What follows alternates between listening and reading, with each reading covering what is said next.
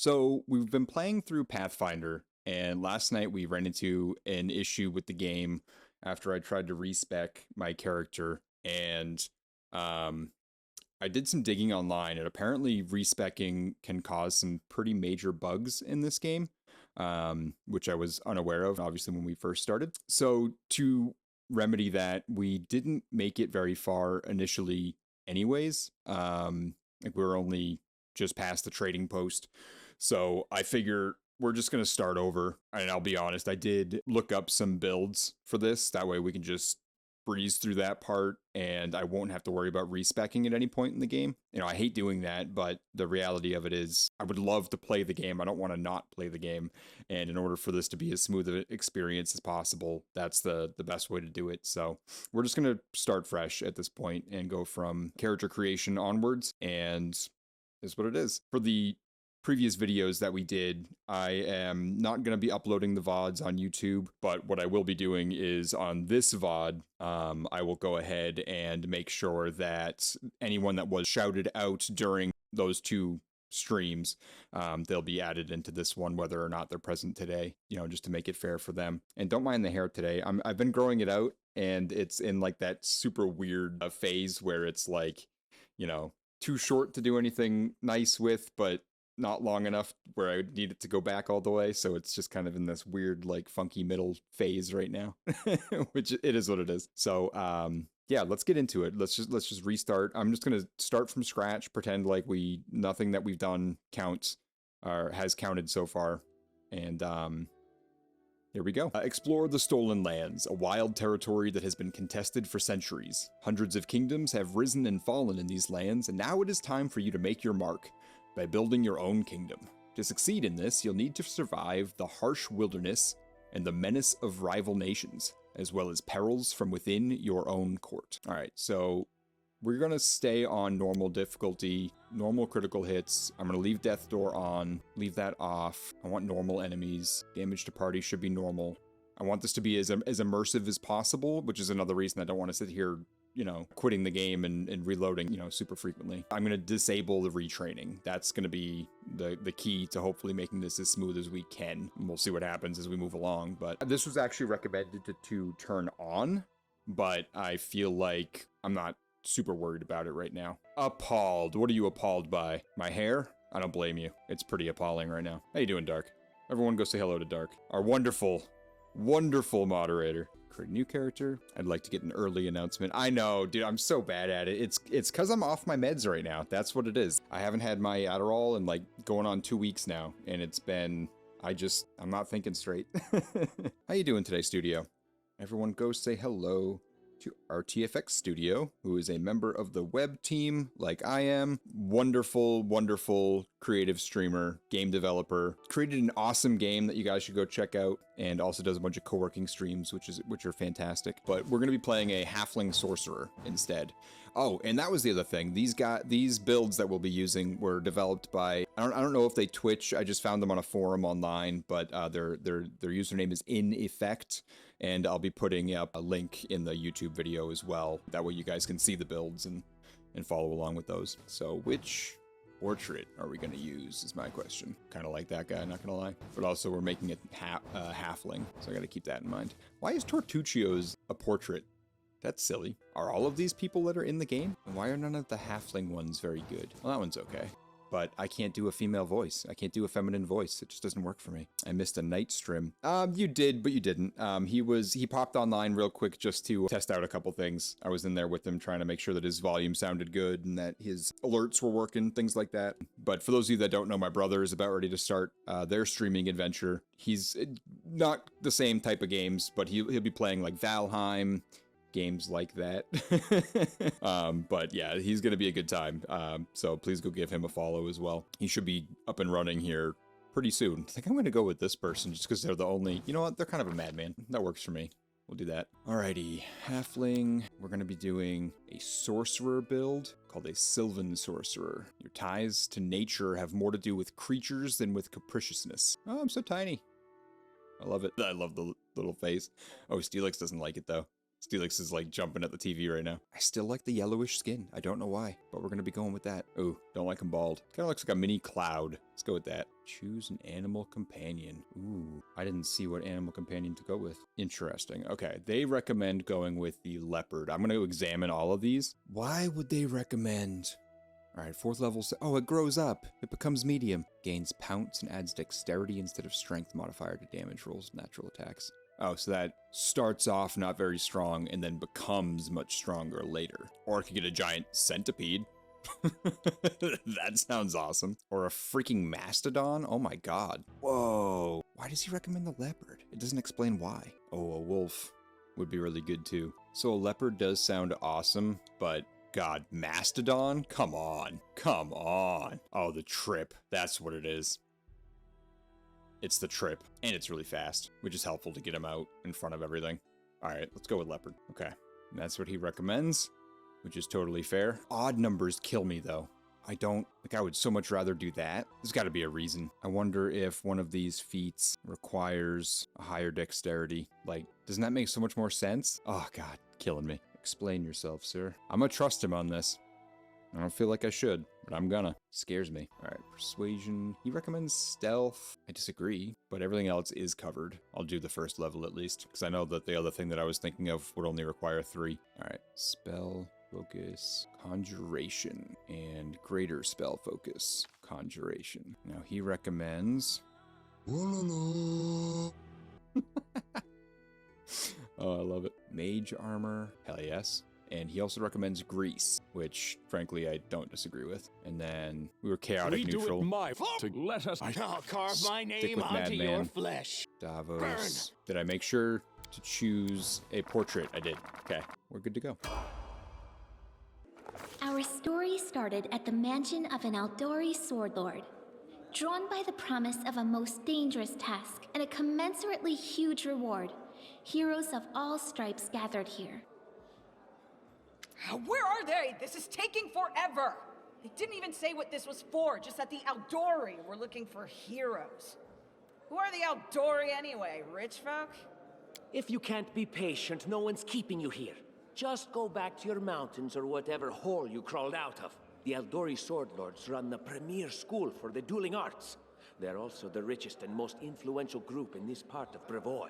Take that tone with them, and they'll teach you some manners pretty quickly. The Aldori sword lords arose when famed swordsman Baron Syrian Aldori agreed to train a select group of pupils in his dueling techniques. They ruled Rostland for generations, each as prickly and impulsive as the Order's founder. Though they are considered some of the finest sword fighters in the Inner Sea region, they are also obsessed with personal standing and honor. Brevoy is a relatively young nation, having only existed since 4499. The history of Brevoy before this time is the history of 2 often warring nations, Issia and Rostland. The coming of Coral the Conqueror changed all this. After securing the defeat and surrender of the 2 nations, Coral christened his family House Rogarvia. Its rule ended with the mysterious disappearance of every member of House Rogarvia in 4699, leaving Brevoy in a precarious political position. All right, you purple toad, just shut your trap. And if you can't, I'll help you. Hush! Quiet! They're coming.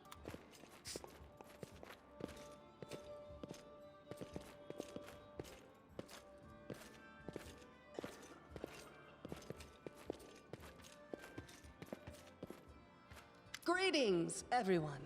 I am Sword Lord Jamandi Aldori, and this is Lord Mayor Yosef Selimius of Restov.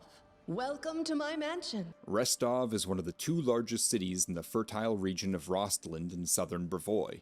Lord Mayor Yosef Selimius leads the city, which is a trade and cultural center that borders the river kingdoms, the Shrike River, and the Stolen Lands. As the birthplace of the Aldori dueling style, the city boasts several Aldori and Taldan dueling schools, which has led to the city being a favored place for young nobles to practice dueling championships. Most prominent among them is the Aldori Academy, widely regarded as the region's finest war college. We thank you from the bottom of our hearts for responding to our call. You may be few, but that's unavoidable. We need only the best of the best for this task. And I see true heroes before me, strong and fearless. Exactly what Restov needs. The mayor, a middle-aged man with bushy sideburns and a monocle, wears a beaming smile. Thank you, Lord Mayor. Now, to the point. South of here, just beyond Brevoy's border, lies a region known as the Stolen Lands. This is disputed territory, and while it's long been claimed by nearby states, it's never been truly taken.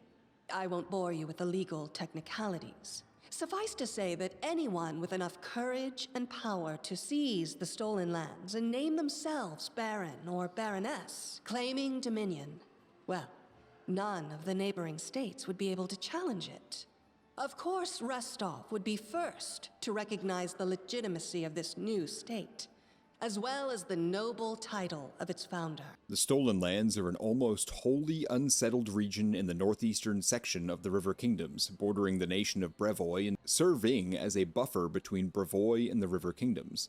Traditionally, the haunt of bandits and monstrous humanoids, the Stolen Lands are regarded as stolen by all nations along their border, even though none have ever been able to keep these realms under their control for long. Unfortunately, one serious obstacle stands between you and this title. A gang of bandits holds sway in the Stolen Lands. Their chief, who they call the Stag Lord, considers himself the rightful owner of these lands, and no one has yet been able to challenge his power. Bring me his head, and you'll be able to return to the Stolen Lands as their legal ruler. Any questions? You're helping us found a barony? What do you gain from such generosity? Don't ask stupid questions. Why should you even care? What they have to gain and why, that's for Lady Aldori and I to discuss. It's none of your concern. Your only concern is to swing your sword around, or whatever it is you do. Of course, we stand to benefit from this enterprise. But if you're concerned that we intend to rule your country from afar, using you as a front, well, please know that these concerns are unfounded. Let's just say that we have a strong interest in the region's stability. We have need of a ruling power we can negotiate with, not bandit gangs and monster hordes. What is that smell in the air? Is it the smell of unspoken words and political intrigue? A tiefling girl standing by, speaking in a hushed voice, notices you've heard her comment. She winks at you coyly. Why not just recognize the Stag Lord as Baron? That's a good point. As I see it, this Stag Lord already holds power over the region with confidence. Many noble bloodlines were started by bandits who just got lucky, weren't they? Perhaps because we do have standards to maintain. This room has seen many celebrations of adventurers, and even those who just got lucky. But giving a noble title to a bandit lord? That's one thing that's never happened here, and it won't while I still breathe. The Sword Lord's gaze is chilling as she responds. Look, there's a whole team of us. Who exactly will receive the Baron's title? I will, of course. I'm the leader of this team, after all. Don't worry, though. I'll make it worth your while to help me. We haven't yet begun, and you already speak of divvying rewards. What makes you think we'll even succeed? There's little point arguing over who gains the title when we'll most likely lose our lives there. If I may please answer the question. Jamandi clears her throat loudly, interrupting the argument. She takes a long pause, waiting for the voices to die down as everyone directs their attention toward her. We believe you're all equally deserving of a noble title. Over the course of your expedition, it will be up to you as a team to decide which of you is best suited to rule. And what rewards can we expect exactly? And what reward would you seek beyond a noble title and your own lands? The Lord Mayor's eyebrows rise so far he almost drops his monocle. We'll absorb the costs of preparing and equipping your expeditions. Once you return victorious, Restov will also allocate you a significant sum to provide financial support for you to establish your country.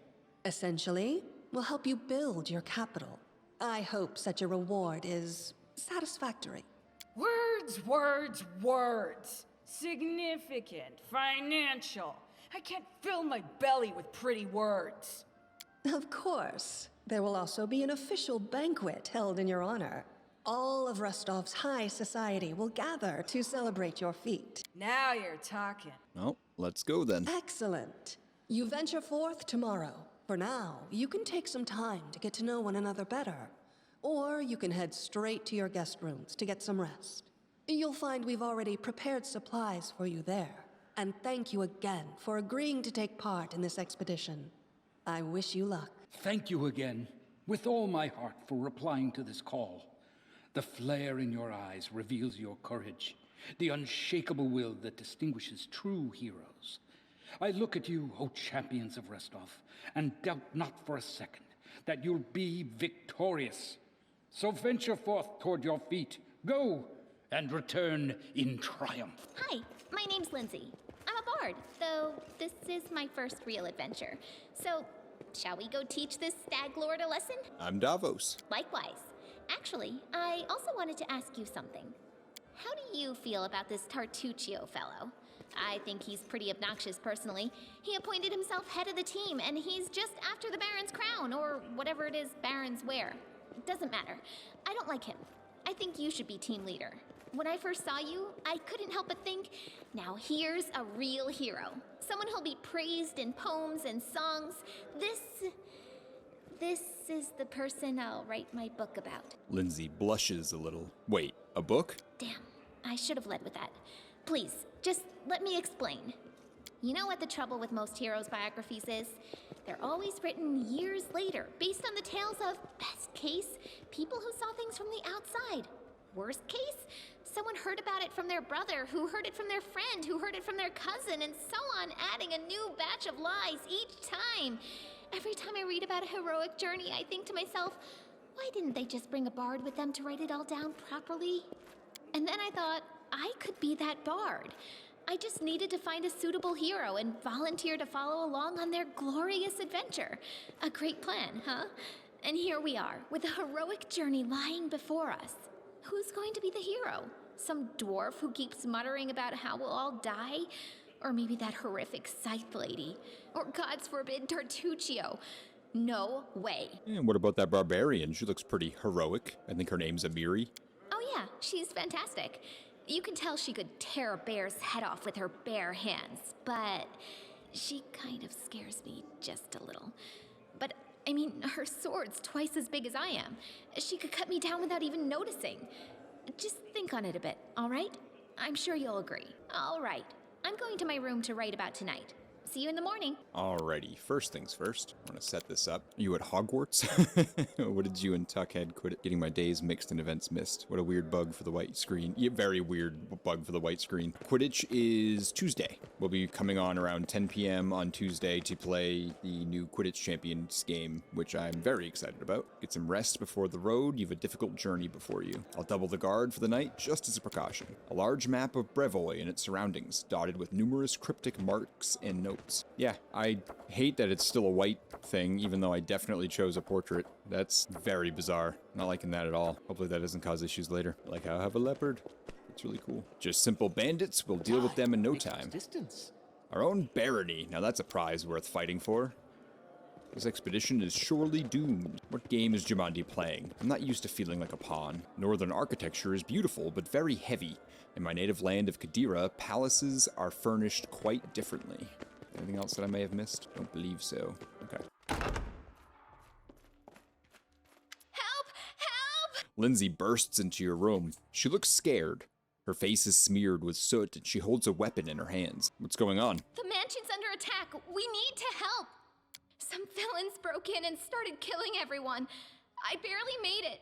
Hurry, we have to help the guards fight off the attackers or we'll all be cut down one by one. As if to lend credence to Lindsay's words, a scream echoes from the hallway.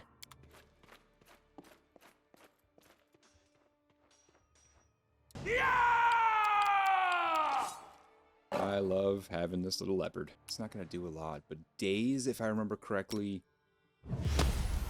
should stop him from making attacks if it hits, which clearly it did not.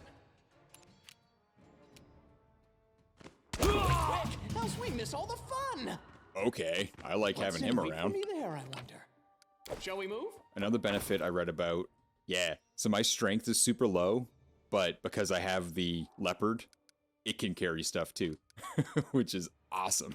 The Curse of Ancient Eobaria by Hastaf Tell us, O teacher, why would Brevoy call us barbarians in the books you give us? The gods became angry with our homeland, my son. This land has devoured so many great empires as if it was unwilling to bear life. There are centuries-old ruins around our settlement. They were ravaged by a star that fell from the sky. The kingdom of the Cyclopes was the first victim of its curse. New settlers claimed this land 10 centuries later to establish a beautiful country named Eobaria, which stretched from the Lake of Mists and Veils to the Castrovan Sea. But the curse still lay upon these lands, and trouble came once again. Our ancestors suffered numerous maladies. The tear plague, the char death, the choking death, one after another, leaving only pain behind. People say that Otib the Necromancer was to blame. But who knows? A great civilization was turned to dust. This is why I'm teaching you. Brevoy shouldn't make fun of you, or call you barbarians. The assassins are already here. Follow me, quickly. They got someone. We have to help. Look, they're running. Get them. And what shall I do with this one? We'll finish him later. He won't get away. It's like the die rolls are backwards. Something I gotta get used to.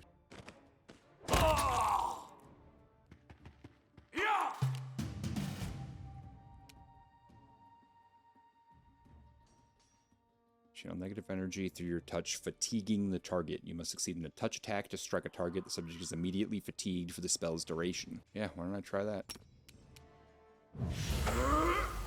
Why does he get an attack of opportunity for touch attacks? That seems silly. Something I gotta keep in mind for later.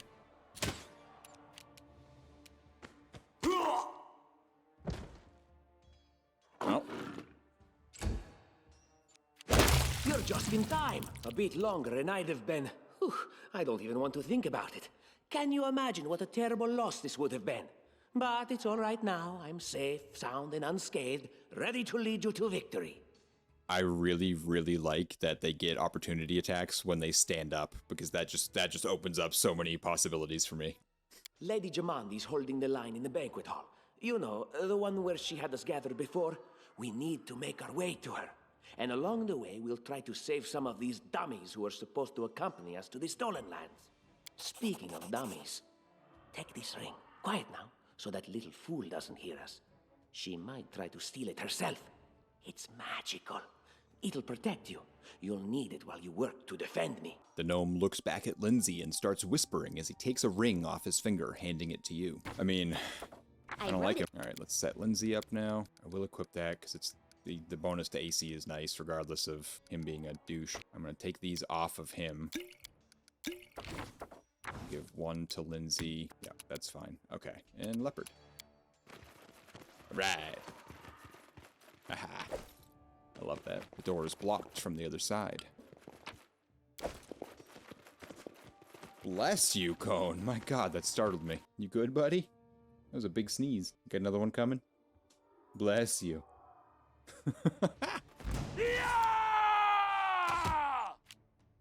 Oh, what a dick.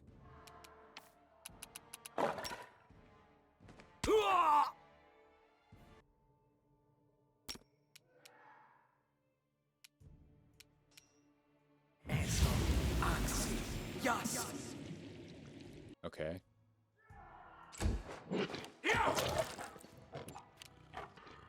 Serves you right. I'm starting to understand this now. Okay. You come up here. What is this? Magic missile? Go.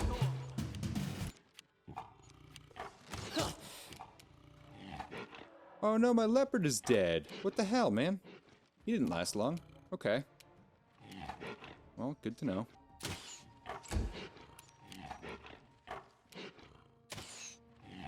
Uh-oh.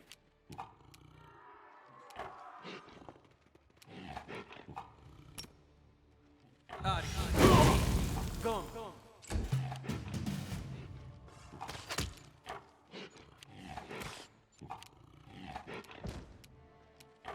Die!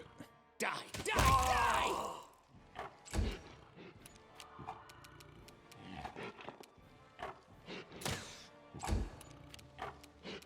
Leave this to me!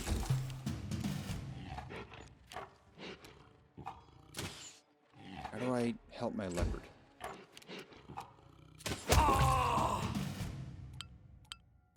Health and death. Each character has a certain number of hit points. When a character's HP value drops to 0, they lose consciousness. After combat is over, the character will get up and can be controlled again. A character's HP value can drop into negative numbers. A character can survive some negative hit points, but if their amount becomes equal to their constitution score, the character dies. Okay, all fair, but what about the companion? I feel like that's a special case, maybe? Should it be? I don't know. Something I gotta look up later, I guess. Can you stand up? Why are you not standing up? Alright, there we go. Jeez.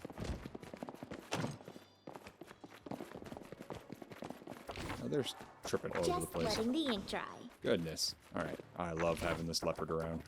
With 3 tiny characters, it's really helping me keep my inventory in order. Right, that's the thing that I was doing. Holy jeez, I'm everywhere. I mean, yeah, let's give her the chain shirt. And so they walked on. Cooking Almanac of the Inner Sea by Jubilost Narthropple. It is perhaps Avestan's most popular dish. In the capital of Cheliax, it is baked in cheese crust and sprinkled with lemon juice. The local fishermen use a different cooking method in Kadira, which is on the opposite end of Avestan. There you will find it finely chopped and mixed cold ingredients. The exact origin of the dish remains unknown, but it is generally believed to have been invented in Andoran and spread around the globe by seafarers and pilgrims. It's served as plain pâté in its most basic version. To prepare it, soak the herring in spiced marinade, then mince it into a spreadable paste. Add a mashed tart green apple, hard-boiled quail eggs, the freshest butter you can find, and half an onion. The list of ingredients may vary in the inland regions. In the region of Nurmathas, beef or lamb is used for this snack. I once toasted a highly original and equally highly disgusting version, cooked with milk and mushrooms on the border of Druma. Blood for Gorum! Oh, Amiri. It's the end for you rats!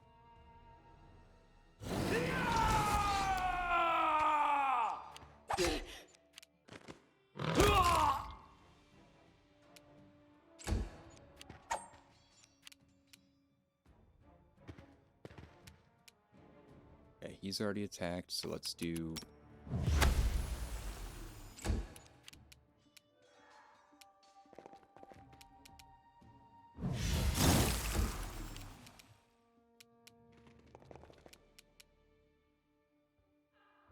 You deserve it. Well done, Lindsay. Damn.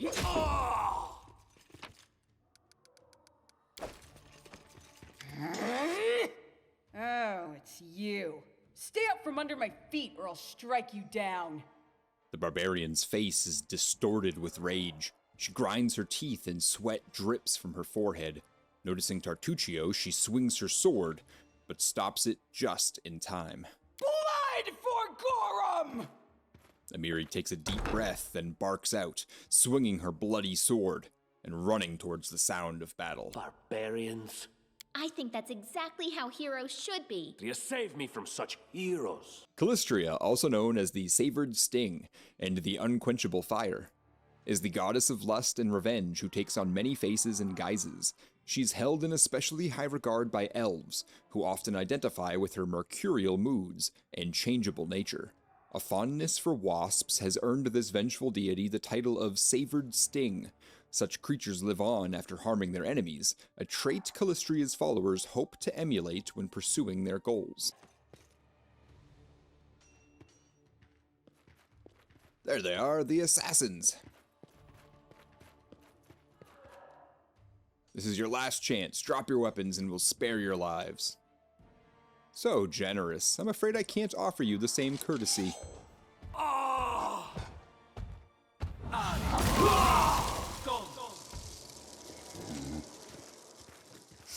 I was so distracted the last time that this happened. I didn't even realize that the troll crushed one of his own people.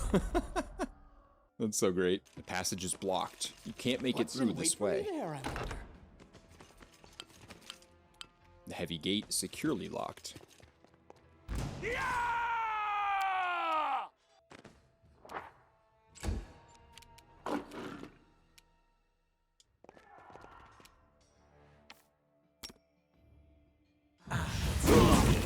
Go on.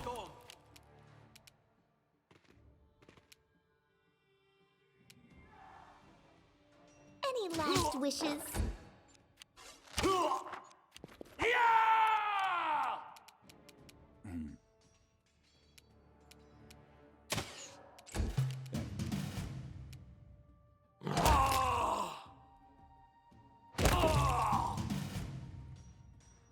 It got to attack twice. I don't know how that happened, but I'll take it. That's awesome. Anything else? An armory. I'm sure Jamandi wouldn't mind if we borrowed some items, some weapons, frankly. I don't disagree. And then this thing. What have we here? This chest is full of gold. I guess it's for the guards' salaries, all things considered. Well, those freeloaders don't seem to have been working too hard for it. Maybe we should pocket it instead. Tartuccio looks at the chest on the table and rubs his hands together. What? No, we're heroes, not thieves. Who said we were stealing it? We'll just take the gold for safety so the assassins don't get it. And then we can heroically return it to Jamandi when this is all over. Gold. Interesting. How much? A lot. Take a look. Are you out of your minds? We're in the middle of a battle. Blood flowing in rivers as an army of assassins chases us. And you want us to rob our host? A noble feat, to be sure. Don't mind if I do. Oh, familiar faces. I hope you're not so frightened as to swing at every shadow. It's me, Jathal. I don't recommend advancing down the hallway, assuming you value your life, of course. There were a few people with me, and you can see what happened to them. The pale elf looks eerie in the semi-darkness, like a ghost given flesh. And just how did they all end up dead while you don't seem to have a scratch? Tartuccio eyes Jathal suspiciously. I'll answer but briefly and just once. Further scares and explanations will wait until we aren't being hunted by a group of assassins. Deal? All right. I'm undead. These traps are deadly to the living, but they're harmless to me. What do you mean, undead? Really? Like zombies or skeletons or... As I said, further explanations will wait until later. All you need to know right now is that we're on the same side, and we have to fight off a small army of hired assassins. Let's get to it. Jathal looks at Lindsay as though at an annoying fly. Okay, set her up real quick. Starting to become pretty proficient at this, I think. She's a little bit more complicated, isn't she? Just for funsies. Okay.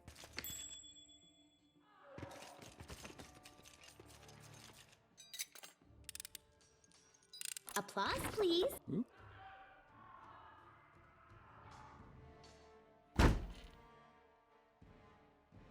Telling you Jamandi's cache has to be here somewhere. Well, hurry it up.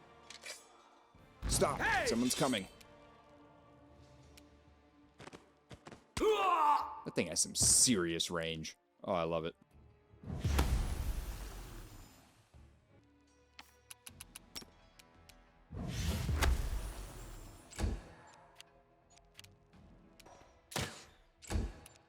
Oh, you charge. Ooh. That's good. Oh, I love the leopard. Oh, man. Don't push me. All right. All right. Now, this was that puzzle, and honestly, I don't know how I figured it out last time. I mean, I just got lucky. I'm trusting you here. Dang it. Yes. I always have a second plan. Uh-oh. Uh-oh. That's not good. You know what? I don't like you, but I do need you for the next fight, so how about you back up? God, the leopard's so fast. Go on. You know what? Just... Oh, let the attack commence. Yeah. Works.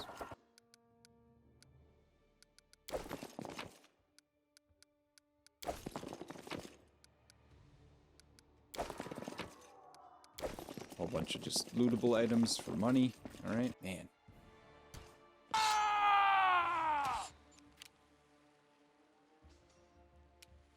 Freaking harem, whatever his name is. So funny. Just die already!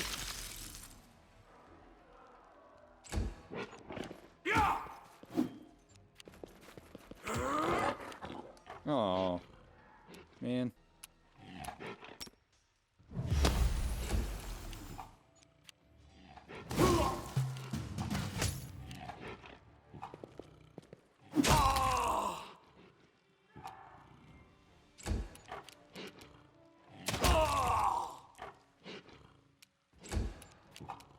Time to be dirty again! May I see your entrails, please? Burn! Slice! Behead! Thank you. Goodness. Ah! Everything is so much fun with a little fire. What a night, huh? I thought I was all alone. It's good you're here. A bit boring, chasing fool assassins without anyone watching the show. The tiefling girl you saw at the reception before the attack stops nearby and waves her tail with excitement.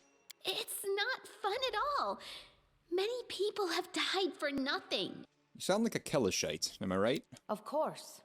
I'm from Kadira. But tales of hot deserts and shady oases can wait until the fighting's finished. But if you'd like to share a dinner and pleasant conversation, just say the word. I like making new friends. The westernmost satrapy of the Padisha Empire of Kalesh. Kadira is a kingdom with the power of the sprawling empire at its back. Kadira is Kalesh's doorway to the Inner Sea region, and is perhaps the single most valuable piece of real estate on Galarian. I don't think we've met. I am Kayesi, one of the many here who seek a better fate, answering the call of Lady Jamandi. But unlike the others, I never dropped my guard, day or night.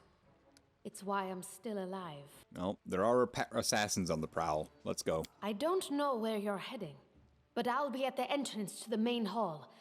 I think I saw some guards there. Join me there, if you wish. The tiefling salutes you and runs ahead nimbly. The heavy gate is securely locked. Hey, low base. Sorry, I wasn't paying attention to chat at all. Welcome in, my friend.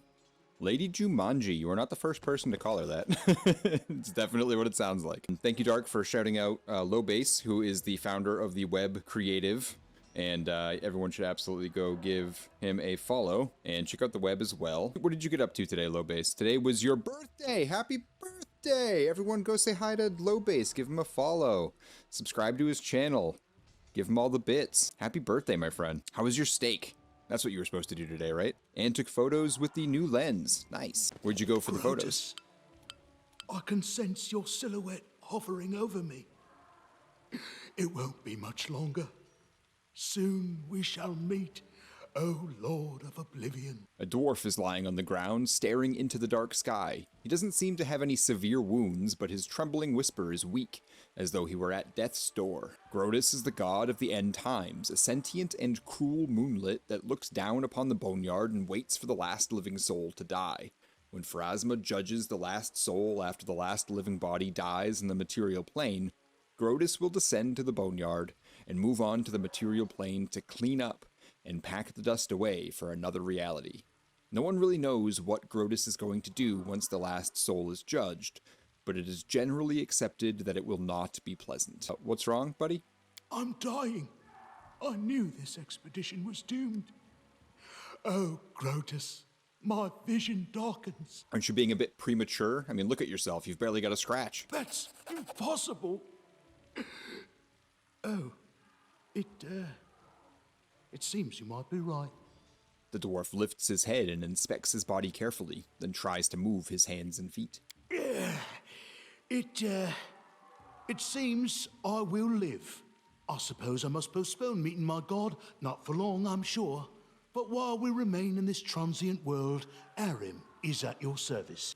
The dwarf grunts as he regains his feet and warily looks down at his blood-stained armor. And hey, Seth, how you doing today? Everyone go say hi to Sethosaur, one of our favorite streamers on this this channel. We raid him almost every single night. When they're not vibing in Project Zomboid, they're slurping worms. Hell yes. Going on ungoonings. Dude, what language do you like? Dark makes fun of me for not being able to pronounce shit, and here you are just making shit up. Thank you, Dark, as always, being on top of things when I am not. Part of the goon platoon. Thanks, man. Not sure what that means, but I'll take it. Alright, next character. You, run and get an axe. You, bring more water. You, stay here and hold our defense. Those assassins are still around here somewhere. The stout man's unshaven face is covered with scars. There's blood on his armor, but he doesn't seem to notice his wounds as he confidently gives orders to the guards. Ah, what am I doing? Some of our guests survived. Good. You need to get to the banquet hall and help Lady Jamandi. And who are you? Keston, House Garess, a fighter in the service of Sword Lord Jamandi Aldori. Right now, I'm in charge of the mansion guards. As you can see, there's a lot to do. House Garess is based in the western part of Brevoy, in the foothills of the Galoshkin Mountains. It is led by Lord Howland Garess, who is a widower. His adoptive heir is Toval Golka, a dwarf and son of the clan chief of the Golka Dwarves Holding. House Garess had a good relationship with the Golka Dwarves until the dwarves vanished. Members of the house worked the metal that the dwarves mined. The house's motto is strong as the mountains. If I were a rich and influential lady like Jamandi, I'd also get myself a manly captain of the guard. Or two.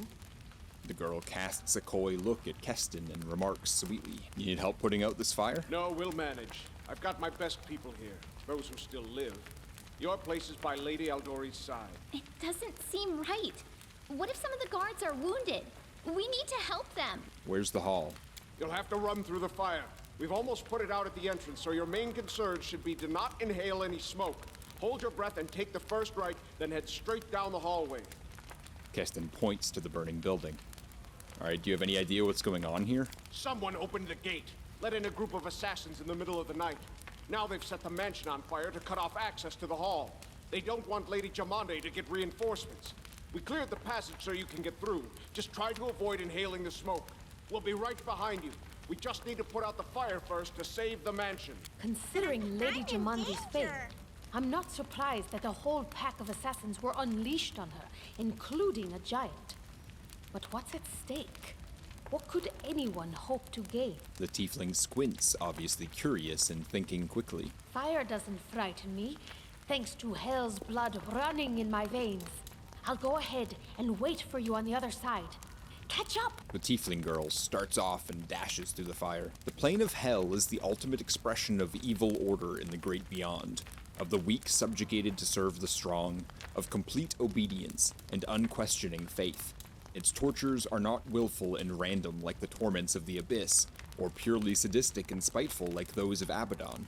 Evil and obedience here are honed to a razor's edge, in service to a greater purpose, that of bending the will of souls, and the very architecture of creation itself to the greater glory of the Lord Asmodeus and his perfect order. Divided into 9 distinct layers, each ruled by an archdevil, and loyal to Asmodeus, hell is the home of myriad devils and other evil outsiders, and sadly the final destination for countless mortal souls. May Abadar keep you safe. Abadar, the god of cities, law, merchants, and wealth, also called the god of walls and ditches in the Eastern Dragon Empires, is known to be a patient deity. Maintaining a strong neutral stance in his actions, he sets forth to expand civilization and order among the peoples of Galarian. Alright, well, I think that was that. And so our adventure started, earlier and much more tragic than we'd expected. The whole team who'd gathered in the hall yesterday had been reduced to but a handful of brave souls, led by Davos, and not at all that scoundrel Tartuccio, no matter what he might have imagined of himself. Jamandi Aldori was waiting for us, but to get to her we'd have to march through fire, literally. As we approached the burning building, we covered our noses and mouths before we rushed inside.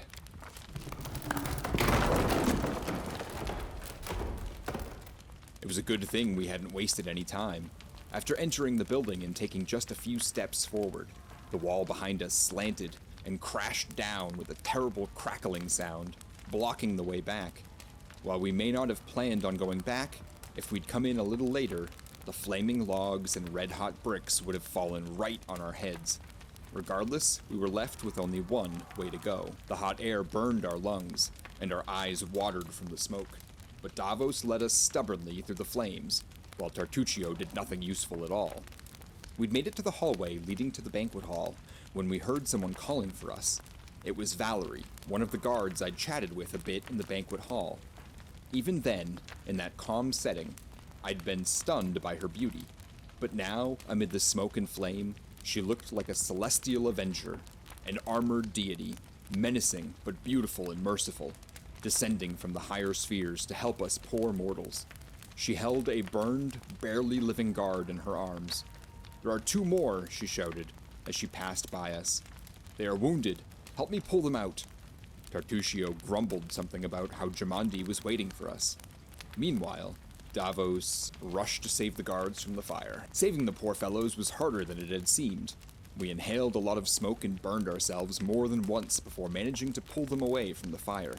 Only then did Valerie pause to catch her breath and wipe the sweat from her face. "Thank you. That was truly noble of you," she said. "And now, let us rush to Lady Aldori's aid." Ensuring the guards we'd rescued were relatively safe, we made our way to the hall, where the battle was already in full swing. Valerie is the person that I want on my team, although I don't think we're gonna get her on our team, which is fine. Thank you, Valerie. I owe you my life. Why do I seem slow all of a sudden? Oh, because everyone's fatigued, right? No, everyone's heavy. Interesting. Is it because of her shield, I think? So let's drop that. And now medium. Okay. To the banquet hall, and all of that can stay behind.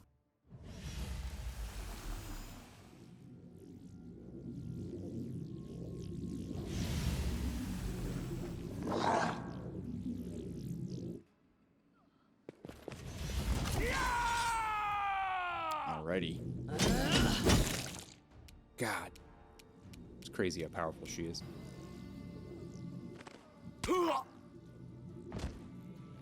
Well, certainly one way to do it. This is a much better situation to be in than the last time. Let us strike as one! Okay, you can come up and do this.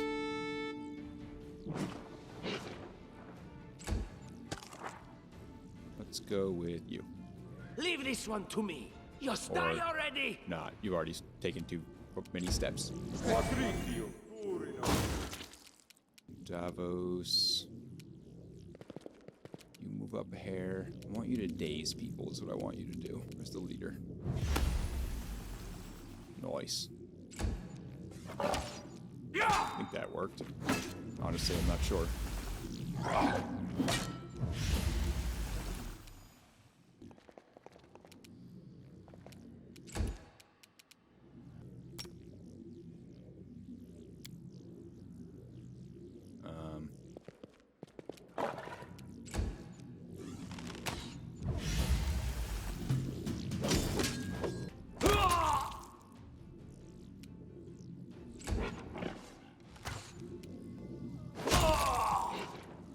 Surprised she killed anyone. Let's have you move up a little bit, and then Serves you right.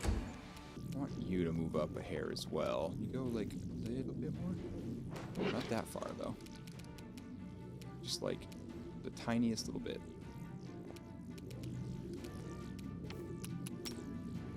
Yeah. Go on.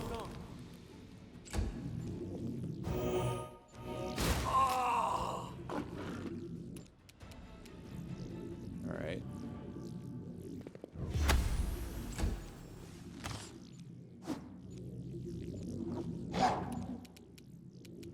Okay, you.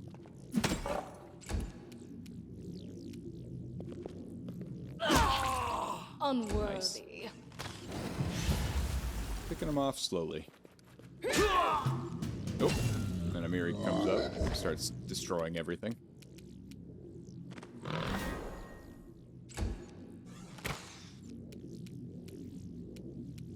amazed at how much is missing my leopard right now.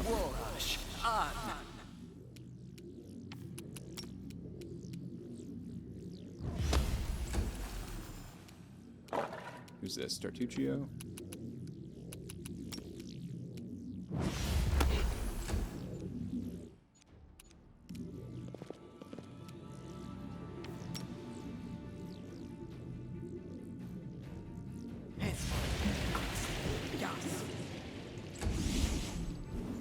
Trip them all. Sounds pretty good. Oh, now there's a manticore.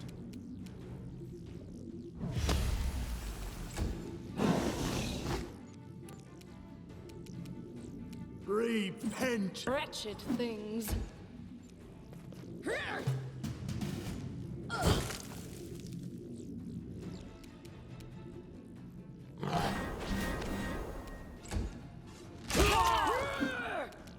Gotta love opportunity attacks.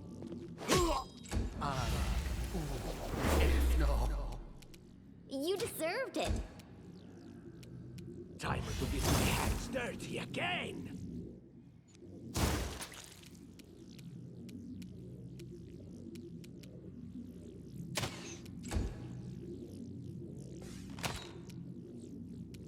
Your life ebbs low. Y'all got this. Despicable. Oh, and she tripped. God, the Hydra is nasty.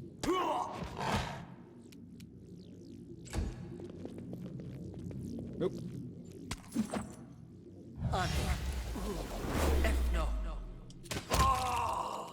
Well done, Lindsay.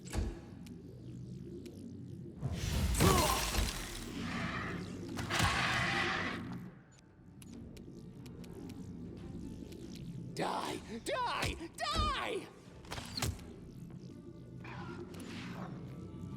Oh, there he goes. Advance!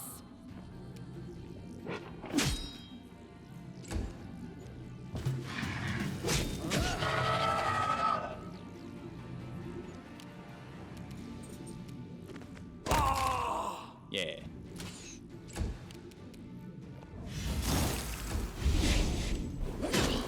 Oh, man. Come on, Davos, finish him off. Attack commence.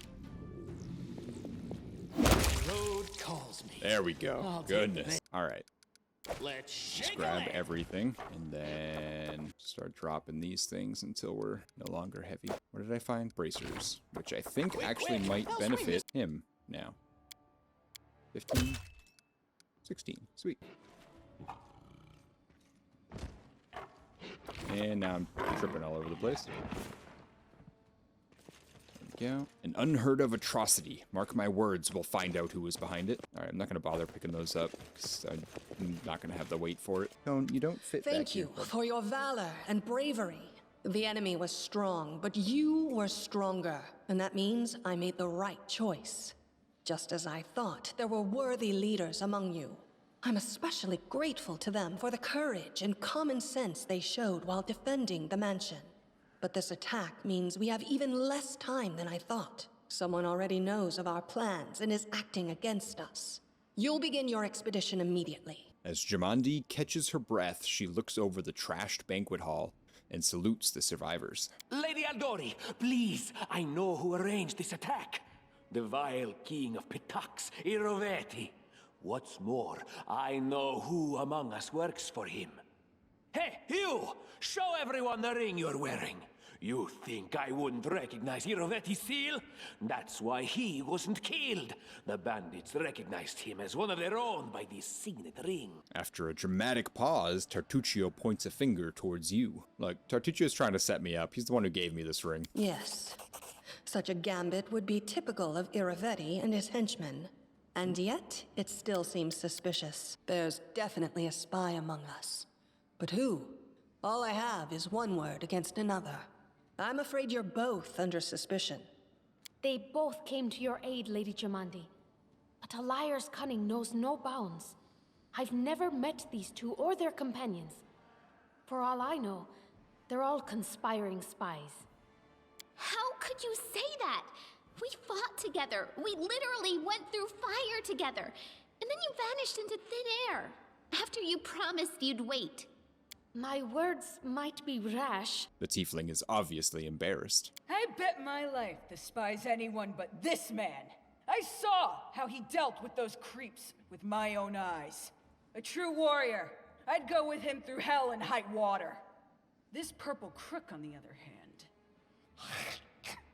he's got the eyes of a spy and the mug of a spy. Lady Eldori, don't listen to this thick-headed barbarian. She doesn't know what she's talking about. During the attack, our leader showed his true colors. He forced us to break into the armory and rob it. And not just that. Upon finding the guard's salaries in the armory, he immediately pocketed it all. So what if we did? The guards aren't able to handle their responsibilities, so we decided we should teach them a lesson. I see you don't scare easily. You'll do well in the Stolen Lands. But I'm going to have to ask you to return the money. Of course, theft is not to be condoned. But when the fire burns around you, and you are but one step away from death, would it not be insane to worry about laws and rules? I see this not as a crime, but as a unique wisdom visiting us as we stood at the face of oblivion. There is a difference between initiative taken in battle and blatant arrogation. How can someone who disregards authorities be a leader himself? What about that trick he pulled right before we came in here? He knew very well you were fighting the enemy, but instead of rushing to help you, he dallied as long as he could, dropping everything to save people from the fire, even though the guards were handling things just fine. He was obviously hoping to show up too late and find you already dead. Blatant watering the garden? That's a blatant irrigation. I can't. That got me. That was so good. People were dying right in front of me. How could I just walk by? Really, Tartuccio? You're seriously trying to blame someone for saving people from a fire? Oh, man. May Shellen spare me from ever having to make such a choice, but he behaved decently as a true leader. Shellen, also known as Eternal Rose, the Eternal Maiden, and the Incorruptible, is the goddess of art, beauty, love, and music, and the half-sister of Zon Cthulhu. Shaylin focuses just as much attention on internal beauty as external. As aspects of her role as goddess of beauty, Shellen also promotes the creation of art and the composing and performance of music. Clerics of Shellen frequently are artists themselves. As the goddess of love, Shellen encourages the proliferation of that feeling in all its forms. She is not the goddess of sexuality, lust, or fertility, and makes a very clear distinction between love and sexuality, although she does not in any way discourage erotic love. The few paladins who worship her practice courtly love. A true leader is someone who has their priorities straight. Not someone who would put a valuable ally's life in danger for the sake of some servant. Enough squabbling.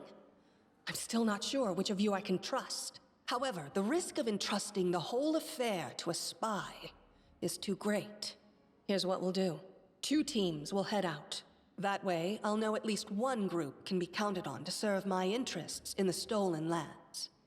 Lady Eldori, most of those who were to set off for the Stolen Lands have been killed. Those who yet live will require help. Please allow me to join the expedition. Valerie bows respectfully to the Sword Lord. I'm sad to lose such a talented warrior. But you're right, Valerie. They have greater need of you right now. Go, and may Abadar keep you. Which of the 2 teams would you prefer to accompany? If Tartuccio allows, I would join his team. Forgive me, but I don't appreciate your willfulness. And I like our leader. What wisdom lies in minding orders, laws, and rules in the face of oblivion, knowing not whether you'll be alive tomorrow? I will go with his team. Our leader is good in battle, but I don't like all the spiritual agonizing. I prefer those who can act without wasting time helping every little pipsqueak. Those like Tartuccio. Ugh, Tartuccio's going to take the credit for himself and be done with it. Shellen, spare me from such allies. I'm going with you. You're a hero worthy of my quill. I've been not reading the first red letter in their names. I'm like, who? And how are you saying it? Is that why you think I can't pronounce shit? Avos. Inzi. As for me, I know neither of these two. At least not well enough. And I have no wish to become an unwitting pawn to an unworthy leader. If Lady Jamandi allows, I'll remain in Restov and help mend the wounds this attack has inflicted. But who knows? The road may bring me to the stolen lands, but not yet. Very wise of you, ASE. I don't even need to think. I'm coming with this man. As for you, Purple Toad, just wait until we meet along the way. I'll be sure to hang your rotten spy guts from the trees. Her name actually makes sense. Miri? I like that. All right, we have 2 teams. To avoid unnecessary conflict on the road, you'll each take a different route to the stolen lands. Tartuccio's team will go through Navakta's crossing. The garrison commandant will provide him all the help he needs. You will take your team to Oleg Leviton's trading post. He's been complaining about the Stag Lord's bandits for a while now. There, you'll be provided with all the necessary travel supplies. Navakta's Crossing is a village at the very southern edge of Rostlin, protected by a wooden palisade wall surrounding it. The South Rostlin Road runs through the village, as does the road leading to the newly established settlement at Varnhold. This place is home to trappers, anglers, hunters, and tradesmen. The locals are a serious bunch and very suspicious of strangers, especially those from the stolen lands. Oleg's trading post. This abandoned border fort at the southern edge of Rostlin found a new life recently. Oleg and Svetlana Leviton, a couple from Restov, rebuilt it into a trading post. This place is now one of the few hospitable shelters for travelers in the surrounding wilderness. I'd like to believe you, but I know all too well how convincing traders and spies can be. If you're truly innocent, I hope you can forgive me this precaution. While you're away, Keston will investigate the night's events and learn who in Restov is working for Patax. But you should know that it isn't just Patax we need to worry about. The royal house of Sertova may also interfere in our plans. I've managed to keep this affair a secret from them so far, but that can't last long. By my estimations, you have no more than 3 months. After that, any feats you accomplish will be pointless. And now, farewell. This battle was but the first ordeal along your path, and you overcame it as true champions of Restov. May the obstacles that follow also fall to your feet. Fear nothing, my friends, and return victorious. Surviving a terrible night, our small team set off to brave our fate. Beware, stolen lands. Heroes are on the way. Alrighty.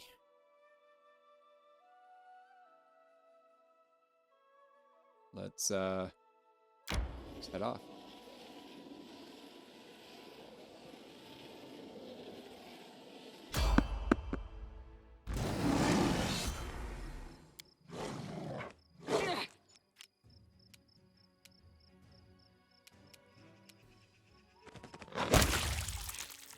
God damn. Alright. Oop. Thank you. Needed that. And a stretch. And a hydrate. Killing me. Everyone, don't forget to stretch and move your body around. Oh, I've been sitting still for way too long. Whew. Oh, my legs, that's the part that I really gotta work on. What am I doing? May I see your entrails, please? What a waste. Any last wishes? One down.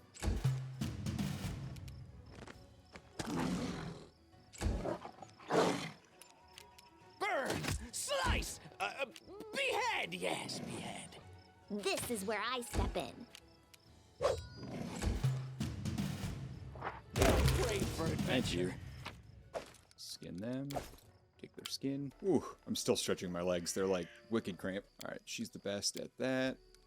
You are the best at that. You probably have the best perception, and you clearly have the best stealth. Alright, cool. So, before I do that, though, because this is something that I problem that I had last night. And I'm curious if this is why.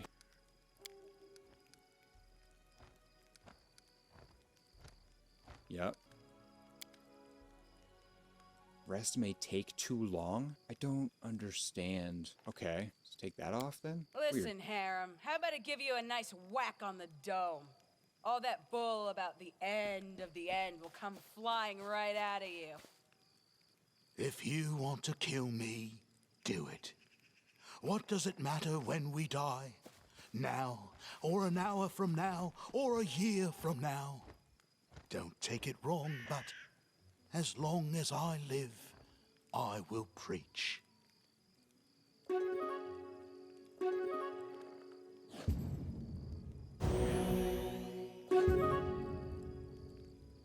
Wow, way to spoil the meal, Lindsay.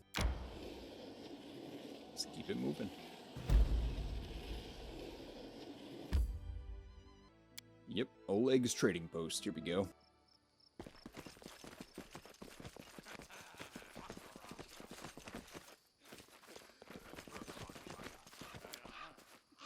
Oh, Bakken.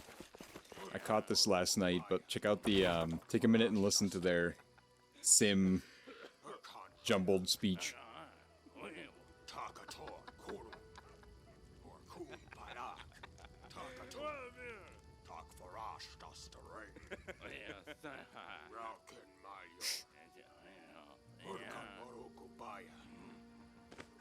Love it. In the name of the Stag Lord, the lawful authority in the stolen lands, we demand this week's tax.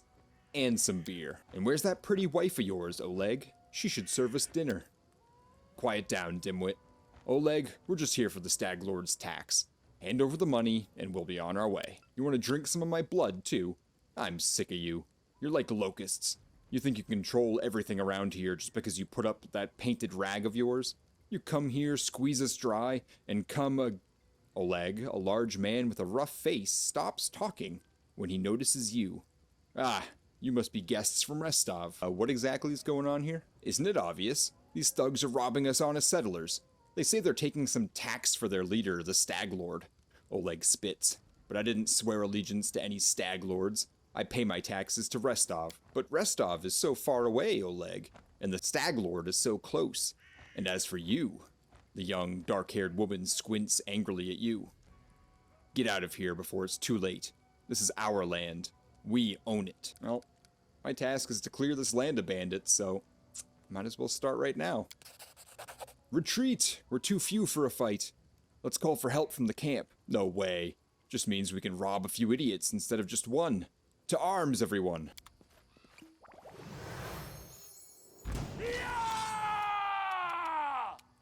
Alright.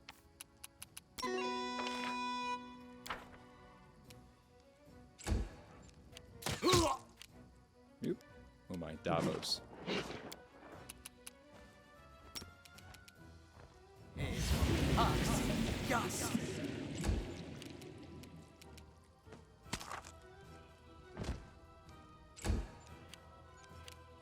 Tear them apart!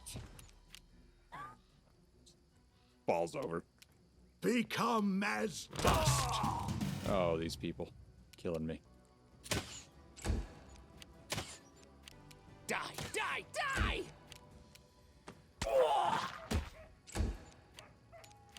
Miri, can you stand up? Thank you.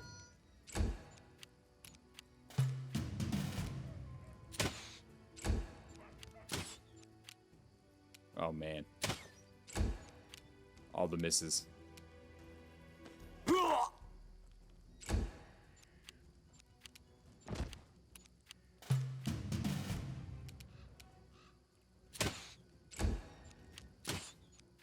Oh, gosh.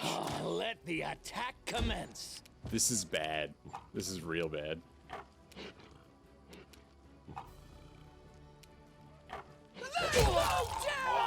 Thank you.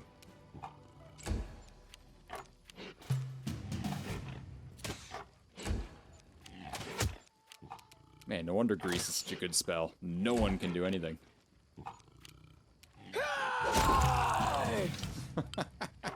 wild. Let's grab all that. Talk to Oleg first, once everyone can stand up and move. My goodness. Take that, you scoundrels. Oleg shakes his fist. But now, he scratches his head and stares at the ground gloomily. The girl got away. A plague on her. She's certain to complain to the Stag Lord. They came before to collect taxes, but this time they'll come to punish treason. Now what are we to do? He sighs heavily.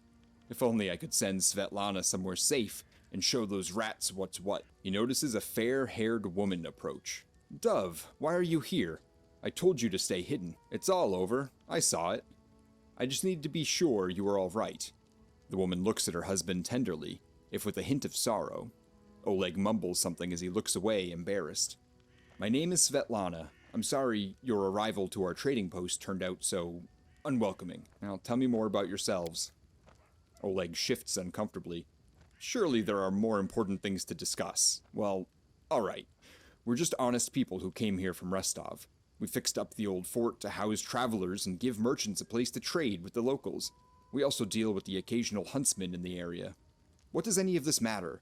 When those bandits come back, they'll either drain us dry or just kill us. I saw someone run out of the trading post. Do you know who it was? That must have been Bakken. He sells potions. He lives out in the forest like a hermit, but he comes here every day. He knows every tree and bush in the area and how they can help you. The Stag Lord's gang wants him to work for them. He lacks the courage to fight those bandits, but he won't just walk away from us. He has a good heart, even if he grumbles a lot, especially recently. Well, let's get to the point. You say the bandits are going to attack again. Who are they, and when will they arrive? Oleg waves his hand sullenly. Who are they? They're the Stag Lord's gang, that's who. These lands teem with bandits like bedbugs in a beggar's hut, and you just stirred them up. They have a camp not far from here. I expect they'll return in full force in half a day, maybe less. The Stag Lord won't take an insult like this lightly, and his henchmen are more like demons than men. Well, tell me as much as you know. How many are there? What do they want exactly? What do they want? Those bloodsuckers think they own this land. They come, take whatever they want, and steal the better part of our money every month as a toll for their leader. They even broke our gate so we couldn't try to hide anything from them. No one knows exactly how many there are. Sometimes only 5 or 6 come. Sometimes it's a whole gang. I'd have shown them what for long ago, if not for Svetlana. And they claim they were collecting taxes? For the Stag Lord and his cronies, of course. That Stag Lord fancies himself a king in these parts. He may have antlers for a crown, but all the troublemakers around here are happy to follow his orders, as long as they're paid. So they charge an arm and a leg as taxes, and they call their executions punishment for treason. Even those who never swore allegiance to the Stag Lord. They're killed fast if they're lucky. If not, Oleg looks to Svetlana. Dove, why don't you go start supper while we finish our talk? I've no need to be protected from dark talk. I'm not some blind kitten, you know. I've seen what they do to people. Svetlana lowers her head. Most of the gang is made up of simple bandits, but there are a few monsters among the leadership, especially those close to the Stag Lord. Ox and Dovin from Nisroch come to mind. They like to make a show of their tortures and executions. My husband and I, we saw the bodies. Well, you have nothing to fear. I'll help you deal with the attack. Well, I appreciate your good intentions. I may not have the best manners, but Oleg Leviton is the last name you'll hear accused of being ungrateful. If we manage to defend this post, I'll reward you proper. We have to hide Svetlana. Please don't argue, Dove. Now, we also need to decide on a plan. Go ahead and look around. There may be some tools that can be used for battle. There are some pretty solid traps around, some tar, and a box of alchemist's fire, looks like. Alchemist's fire? Well, we could put that by the gate, light it off with a burning arrow when those bandits are nearby. But that could set the post on fire, Oleg shouts, surprised. Well, maybe if we covered the walls with something to protect them. Alright, yes, I think it could work. I'll even shoot the arrow myself. I used to be pretty good with a crossbow back in my day. Can you answer a few more questions for me? I'm afraid they'll come back while we're chatting away, but what's to be done? Oleg mumbles. Well, just let me see your goods first. Don't know what good trading will serve if those bloodsuckers come back and take everything, but alright, have a look. Alright, off, on. Does that work the way that I want it to? Yes, it does. Heck yes. And then what does he have? A recipe that I wanted. There's a lot of stuff that I want, but really the only thing I can afford is that recipe. Yeah. And the bag of holding is we'll get that eventually. I also leveled up, so I gotta look into that a little bit. The old well has been renovated and cleaned. It even has a new roof. This box contains various household and hunting tools. You notice some good steel traps in the box. Let's use those. So many Take some thoughts. potatoes. So little time. Boil them, mash them, stick them in a stew. There's some disgusting slush in the pot. You don't know what it is. It seems unlikely to be helpful. Aw, lame. That was the tar. I failed to identify it, which is a bummer. Okay, he wants me to do... Really? Fair. Two-handed fighter. Some fighters focus their efforts on finding the biggest, heaviest, most imposing weapon they can find, and training to manage and harness the weight of their massive weapons for maximum impact. These fighting school benefits only apply when using two-handed weapons. Stealth, athletics, and persuasion. I disagree with stealth 100%. We're gonna go with nature, keep that up. And then he wants power attack. Lindsay. Bards capably confuse and confound their foes while inspiring their allies to ever greater daring. While accomplished with both weapons and magic, the true strength of bards lies outside melee, where they can support their companions and undermine their foes without fear of interruptions to their performances. We're gonna do that. We're gonna do... Makes sense. Keep that up. She's the only one that has it right now. She gets a lot less points than I would have expected. Don't really need either of those. Let's go with persuasion for you. As a bard, I feel like that's probably the most important. And then combat trick, point blank shot, which is... I agree with that 100%. And then hideous laughter. Sweet. That's exactly how I built her last night, so that's perfect. Okay, and then the end draws near. Is a little different. This is actually an entirely different build than what he recommends, but I'll explain that when the time comes. Okay, you are going to be, I think, you're already stuck in whatever cleric build you already had. So maybe this isn't the best idea. Screw it. We'll just build him like this, and then, yeah. All right, I'm fine with that. Now, which, that seems pretty obvious. Probably perception, yeah. And then, you're good. And then Davos. Last one. Alright, so... Yep. And then... Right. Easy enough. Okay, I think that was it there. Oh, Bakken. A frail, disheveled old man wearing a stained and tattered robe gives you a gloomy look. I'm Bakken, local herbalist. What brings you here? Tell me about yourself, Bakken. What's there to tell? I'm an herbalist. Make potions and sell them. Gather herbs, roots, berries. Bakken sighs. I live in the forest. Live off the land. Since leaving Restov for these parts, I ended up a merchant here at Oleg and Svetlana's post. They let me in out of kindness. Help me with things. They bring me water or firewood when it's cold, and the occasional barrel of honey. They're good people. We could use your help fighting those bandits. Where's this coming from? You want an old man like me to fight? Here, take this potion. Consider that my help in your fight. Look, the bandits here bother you as much as Svetlana and Oleg, maybe even more. Help us get rid of them for good. Oh, damn. I'd rather sit in the bushes and watch you and Oleg beat the daylights out of those thugs. Watching from a distance is more fun, you know? Not doing as good as I did on my last one. Failed two important checks. Hey, Lord Puppet, how you doing today? How you feeling? Still deathly ill? Everyone go say hi to Lord Puppet, who is a fellow streamer and has been sick for the past week, so needs all the good vibes that you can give him. Oleg and Svetlana are discussing something in low but impassioned whispers. You manage to make out the words, "forget about it," before they stop talking and turn to you. Let's get back to the possible attack. If we keep dallying, we'll end up talking with the attackers rather than about them, if they're even willing to talk. I agree, and I'm prepared, so get in your positions and wait. Amiri flexes her shoulders. Finally, a fight. I was bored with all that talking. Well, these aren't the heroics I was hoping to write about, but I guess even the greatest heroes had to start somewhere. I see you're not easily cowed. I beg you, be careful. And please don't let Oleg do anything too risky. Svetlana, go hide inside. We're gonna go meet our guests. Yeah, you're feeling better? That's good, man.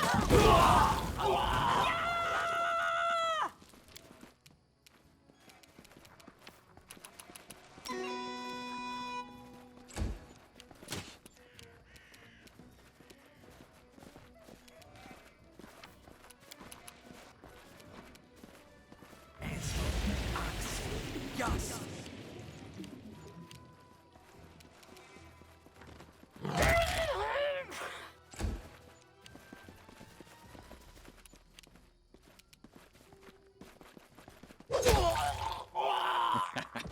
Come at me.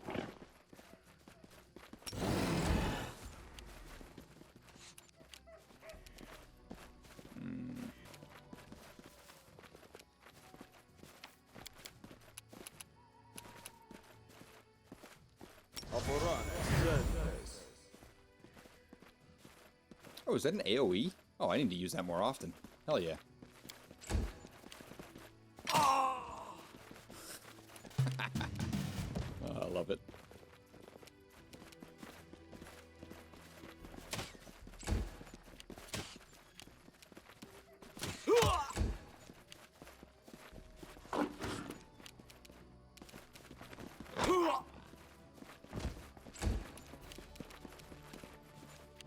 Yeah, I knew she was gonna fall. She always does.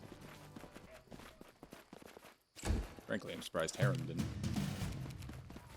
Serves you right. Nice. Well. You deserve it. Damn, Lindsay. That felt unnecessary. May I see your entrails, please?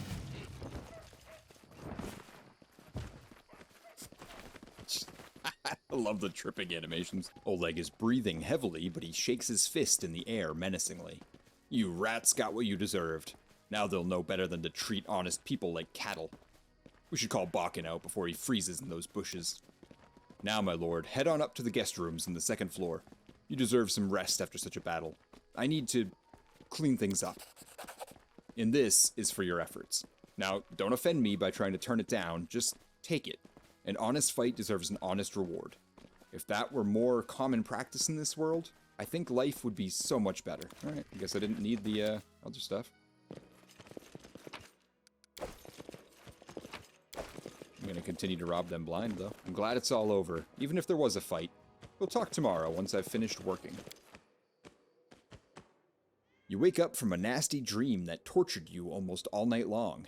In it, you saw a wall of unnaturally thick fog that surrounded you, slowly moving closer and closer. A quick look out the window, and you find out that the fog was not a figment of your imagination, not a dream. And then... Hear me. Please hear me. Can you hear me? Please. The half-transparent outline of a beautiful nymph appears before you. Even in this ghostly form, it's clear that she's exhausted. Her shoulders are slouched and her large blue eyes burn within her pale face. Her voice is barely more than a whisper as she reaches towards you. It seems that only you can see or hear the nymph. Who are you? Who am I? Just a tear shed by the land itself. The bitter sigh of nature. I am a nymph, the guardian of this area. A defeated guardian. Call me the guardian of the bloom, if you wish. What do you want from me? Aid. Salvation. We have a common enemy, and long have I searched for someone who can defeat him. The one you call the Stag Lord. As a storm strikes ruthlessly with gusts and lightning, the Stag Lord wreaks havoc with the swords of his servants. And not just in the world of people. The land also suffers from the evil he brings. My forests and my flowers suffocate in this fog. Soon even I will vanish, as the last ray of light fades at dusk. The Stag Lord is responsible for the fog? Yes. It hides his fortress as well as his dark deeds.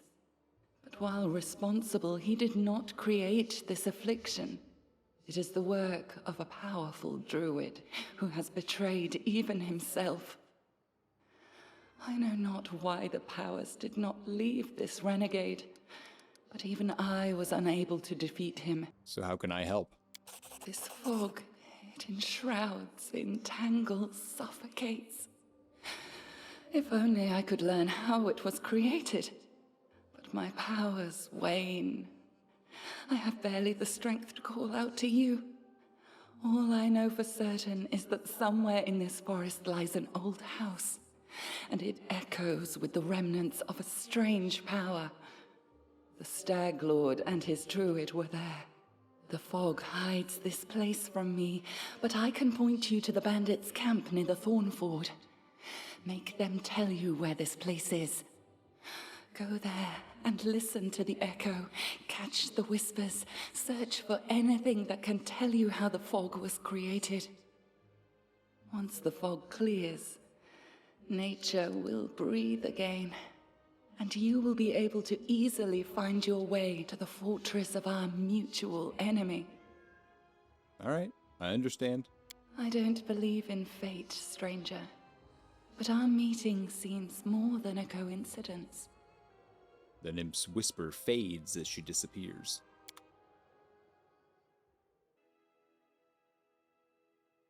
Guide for Travelers, Hunters, and Explorers of the River Kingdoms, Volume 5, Monsters and Beasts, Will-O-Wisp.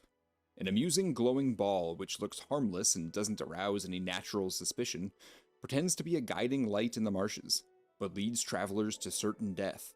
The agonizing fear of their victims is this monster's nourishing dinner. If you manage to resist their tricks, make sure you have some electrical protection. The monster electrocutes any visitors it fails to lure into terror. Werewolves prefer to hunt in groups and attack lone travelers. It's entirely possible that a Varisian camp or troop could turn into a pack of bloodthirsty lycanthropes under cover of darkness. Ordinary weapons stand little chance against them, but a silver blade greatly increases your chance of survival. Powerful creatures of the primal realm occasionally visit this world for amusement. It's best to stay out of a primal's way. Don't fight it, it's extremely dangerous. But if a life is at stake, resort to cold steel. Got my red panda back. Woo! And my kitty kitty. Yeah, so excited about them. Oh boy, now here comes the long dialogue with Lindsay. But first, Svetlana. Good day, I hope you're feeling alright after that battle. I can't thank you enough for what you've done. I definitely don't want to waste your time, but if you have a moment, I have a request. First, tell me about yourself. How did you and your husband find the courage to establish? It was Oleg's idea, though I supported him in it. We didn't realize how dangerous it was here, of course. In Restov, everyone respects the Sword Lords, and everyone's accustomed to relying on them. Even the mention of someone like Lady Jamandi could be enough to fend off a street thug or some other trouble. It could maybe even work in some places here, but not with the Stag Lord's men. Speaking of, what can you tell me about the Stag Lord? He's not just some average bandit. If no one puts a stop to him, he'll turn the stolen lands into his personal kingdom. A kingdom of fear and oppression.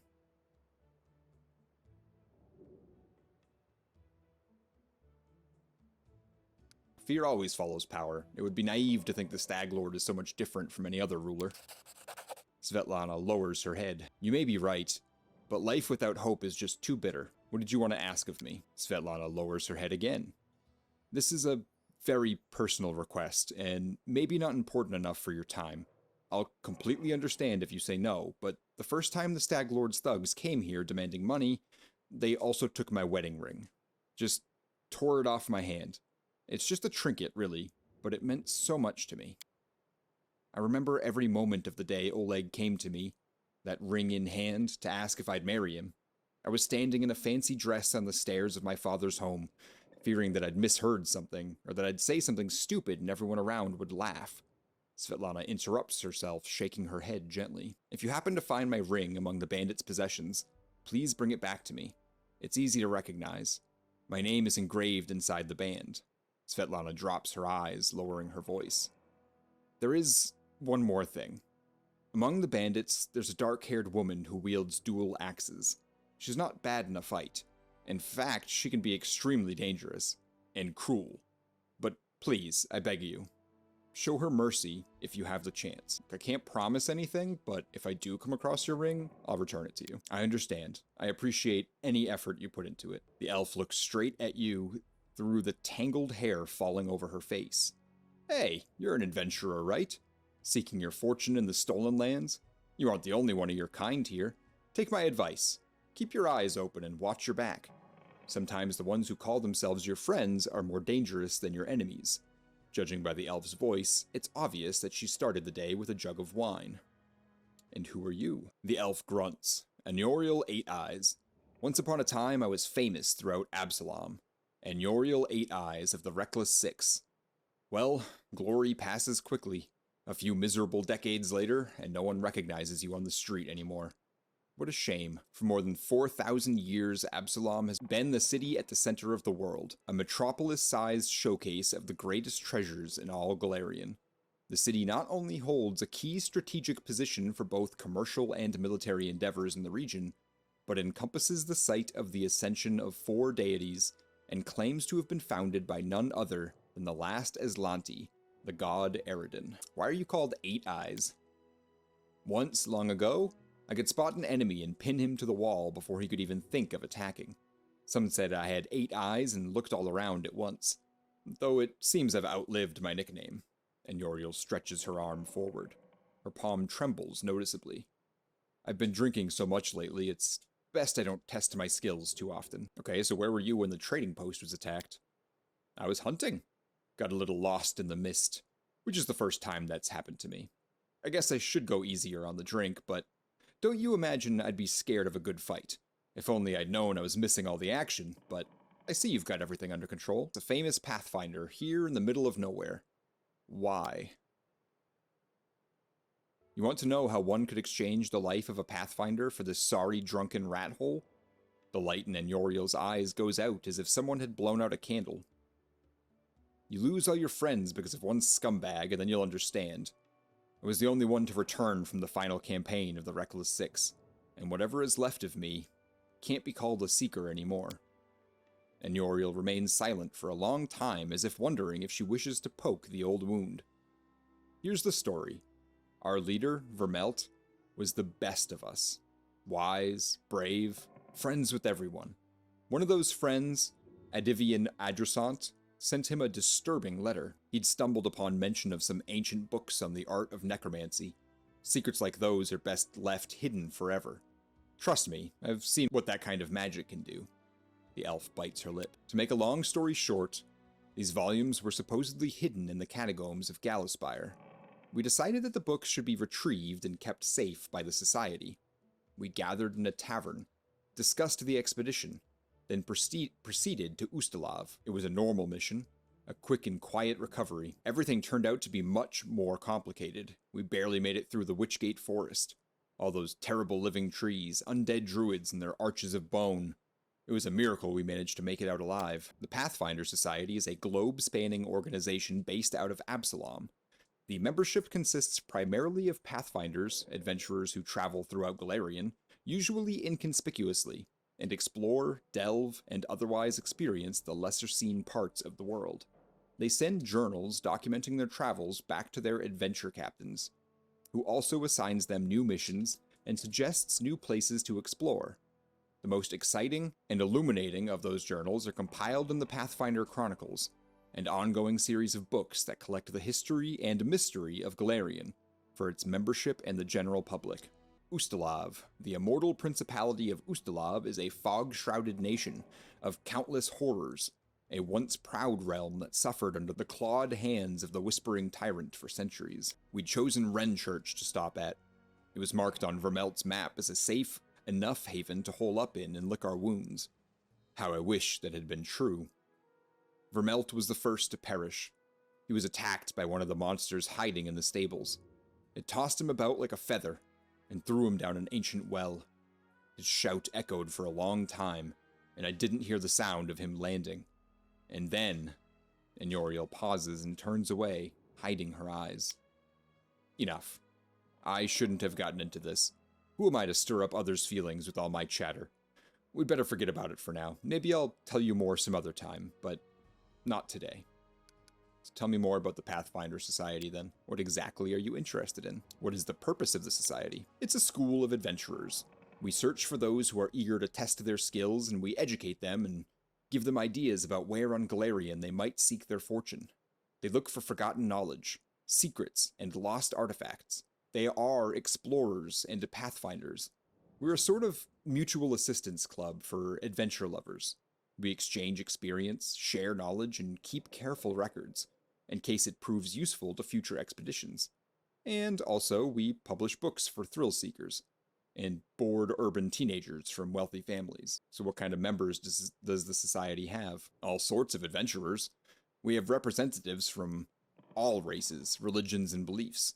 The Grand Lodge is in Absalom, but there are many smaller lodges throughout Galarian, and the venture captains direct pathfinders to their goals from across all the corners of the world. There are many renowned heroes in the society, and many scoundrels as well, whose service to the society has brought them fame. The planet Galarian orbits a yellow sun in the far reaches of the material plane. Third of 11 in orbit. This blue planet contains vast oceans and lush green lands, and is the perfect environment for countless cultures. Indeed, Galarian is the most populous planet in its solar system. Its innately hospitable and life-sustaining environment is presumably the work of the gods, so astronomers sometimes refer to Galarian as the Child. Astronomers of other planets, however, often refer to Galarian as the Cage, in reference to its cosmic role as the prison of the mad god Rovagug, who lies bound at the world's core. That's not terrifying, or concerning in any way, shape, or form. Who does the society support? You mean, who does it serve? No one in particular. Pathfinders try not to get involved in the quarrels of others. They serve only the spirit of adventure, and sometimes they happen to save the world. However, that doesn't mean there are no black sheep among the Seekers. We'll talk about this later. The society is an interesting community. There is so much to tell about it. So what are you doing here? I sit here waiting for adventurers who are in need of help. We may be sitting here in a backwoods tavern, but in Absalom I have a lot of friends who are eager to make a few coins. They have brave hearts but shallow pockets. A little gold would be a welcome change for them. I can send them a message and they will come from Absalom through a portal. If you're interested, just give me a sign, and we'll arrange everything right away. Would you like to join me? No. I've got enough things to do already. You'd better manage on your own. Fair enough. But regarding that story, and Yoriel looks at you silently. Never mind. Let's talk about something else. You're clearly not willing to talk more about it, which is totally fair. A halfling girl with tousled hair, wearing a dusty traveler's outfit, sits chewing the tip of her quill. Just a moment. How should I put this? Oh, I know. She scribbles something quickly in a notebook scrawled with verse, raises her eyes, and gives you a bright smile. Oh, hi. So, you came from Pitox, right? Tell me about it. Oh, I love Pitox, even though they kicked me out. A joyful place. Long a haven for thieves and smugglers, Pitox is a hub for trade in the River Kingdoms. It aspires to be a center of culture and higher learning as well, but cannot escape its more unsavory origins. So what's life in Pitox like? Actually, Pitox has always been one huge nest of thieves. Bandits, river pirates, smugglers, fences, card sharps. It's always been home for the likes of them. But that was before Iravetti became king. With him, a whole different life began there. Iravetti always wanted to make history, but not as another bandit with a crown, though that's exactly what he is. He wanted to be glorified through the centuries as a great patron of the arts, so he built the Academy of Grand Arts and spent lots of gold to assemble the best artists, poets, and musicians. Of course, the very best ones refused to go, but he got what he wanted in a way. If Pitox was once just a booze barn for thieves, now it's a cabaret. While not as popular as some of the great bardic schools of the Inner Sea, Pitox's Academy of Grand Arts still manages to attract some students seeking greater specialization. What do you know of King Iravetti? Well, he won his crown in a game of cards, which says as much about Pitox as it does about him. He's fiendishly clever. Some cheats I know told me that from the moment he appeared, he started pulling off such schemes that the old city masters just scratched their heads. With him in charge, gold flooded into Pitox. And also, he's incredibly, unimaginably, fantastically decadent and conceited. Getting drunk with whores at the pub? That's not Lord Iravetti's style. Oh no. He aims higher. Dressing up like a male Callistria with a golden codpiece and holding a 3-week orgy, with dancing on the rooftops, parades, public executions, and a contest for the best ode to the great unrivaled king. That's more like it. He also likes singing. Ugh, and he orders his guards to make the citizens gather for his shows. May Shellen have mercy on his listeners. Tell me more about this academy you studied at. You know, jokes aside, I'm thankful to Iravetti for building it. But he has no taste. At all. Whatsoever. He likes his art loud, bright, grandiose, and most importantly, glorifying his Royal Highness. He kicked out the best charcoal artist because he didn't wish to spend money on gray scribbles.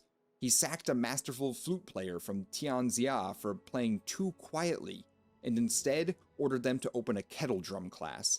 He even ordered the academy to expel me. And for what? An innocent limerick. Would you ever like to go back to the academy and finish? I'd like to return, but on one condition. If they threw out 3/4 of the professors who teach there now, and returned all the ones they banished. If you ask me, I'm proud to have been expelled. If my art was to Iravetti's liking, then I would have reason to be ashamed.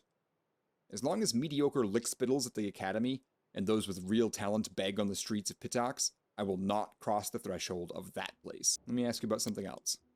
Oh, of course. Please ask. I'd be happy to chat all day. I know, Lindsay, I know. So tell me about yourself. What do you want to know? Well, I know you're from Pitax, but actually I'm from all over. I was actually born in Galt, in such a tiny village that it's not even on the maps. If it weren't for my teacher, I'd still be living there. Milking goats, weeding turnips, swilling homebrew, having babies, and using books only as kindling. Galt is a nation of freethinkers and radicals renowned for brilliant poets, artists, and philosophers, whose ideas shaped the politics of the whole of Avestan. Galt was once a vassal nation of Steelyx. After the death of Eredin and the rise of House Thrun in Steelyx, the people of Galt decided to throw off their foreign rulers, along with their own nobles who had colluded with them. The executions did not even end the bloodshed, and within 5 years, the severed heads of the ministers of the first government rolled down the steps of the guillotine. In the 40 years since, over a dozen governments have ruled Galt, rising and falling like the waves of a stormy sea. Who is your teacher? He's a true saint. He was once an important person in the capital, at the Church of Shellen.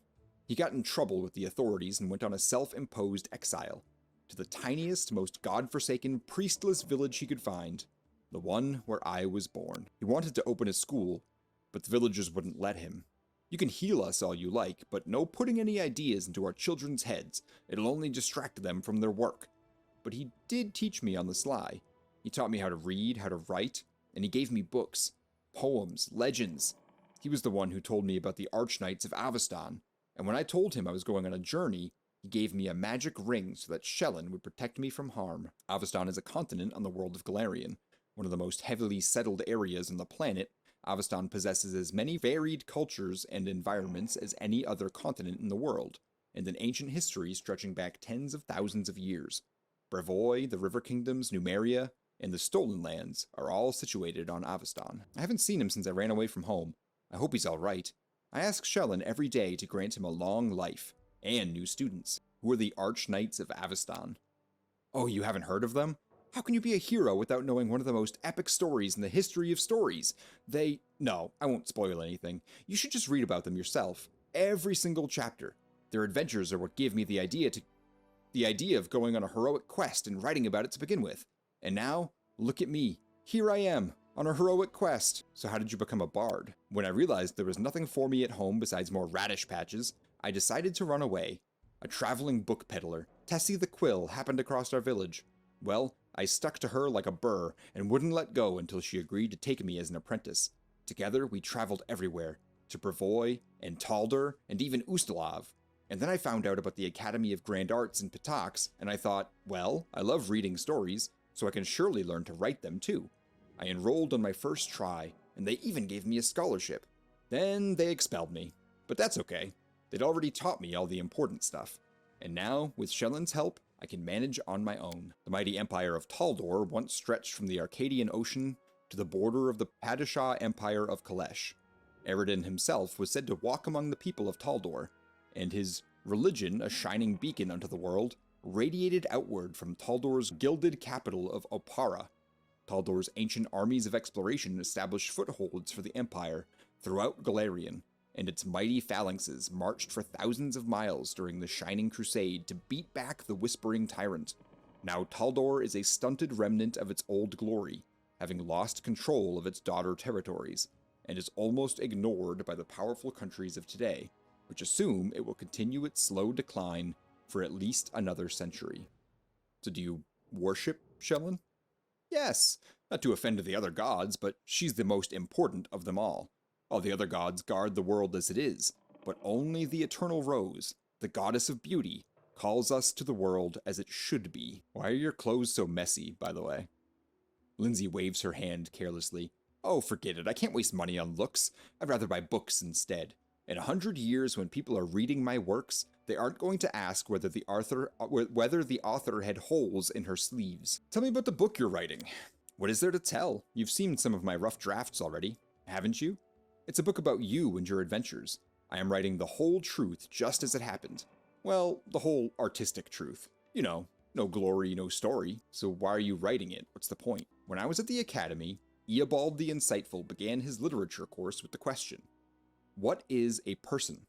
And he answered, a person is a storytelling animal. Our world does not consist of things, all these woods, seas, and cities. It consists of stories about those things, the stories we tell to ourselves and to each other. Just think about it. Centuries will pass, and there will be no me and no you. All our subjects will be long gone, but you and I will live on in people's memories and influence their deeds, thanks to this very book. So what kind of character am I? In books, everything is simple. These are the heroes, and those are the villains. In life, of course, it's completely different. You have to make difficult decisions, and I don't always agree with you, but that's what makes you a complex, multifaceted character. You are like a force of nature, wild and unpredictable. You're full of surprises. I doubt I could make up a protagonist like you, even if I tried very hard. So how do you feel about me reading your work in progress? Well, these are only drafts, but of course you're welcome to read them. Just keep in mind that even if you don't like what I write about, I won't change a single letter. So don't even ask. Of course, it's a book about you, but it's my book, understood? The small writer's eyes glow rebelliously. Write whatever you wish. I doubt you would defame me, or for that matter, overpraise. Thank you for your trust. I will not set out to please you, of course, but I still hope that you'll like my book as much as my other readers. So tell me about your friendship with Tessie the Quill. What's there to say?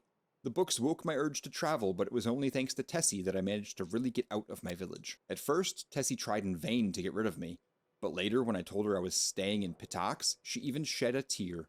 I wonder where she is now. Alright, so what's the deal with the ring? Ah, this. Lindsay holds her arm for you to get a clear view of the ring.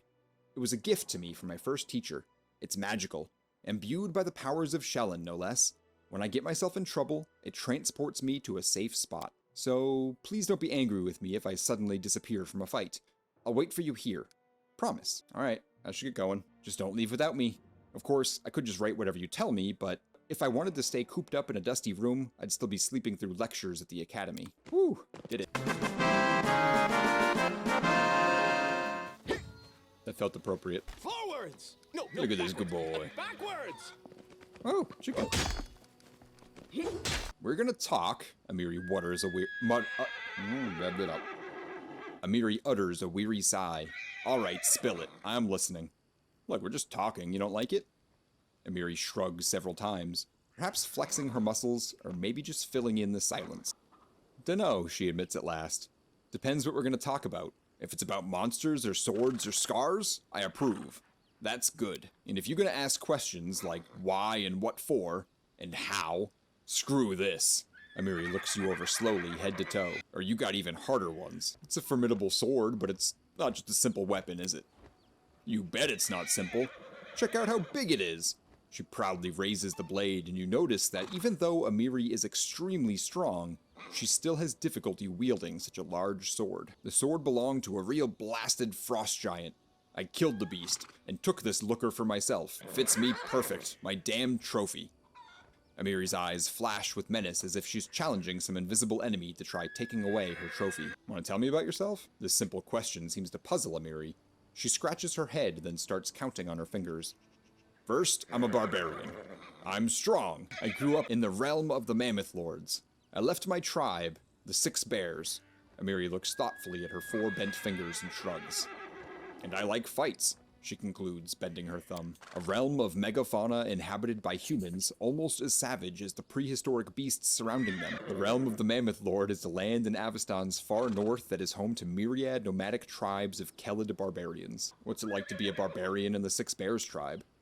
Ah, our people are big and strong. We can cut a monster in half with one swing. We can walk 3 days and nights with no rest.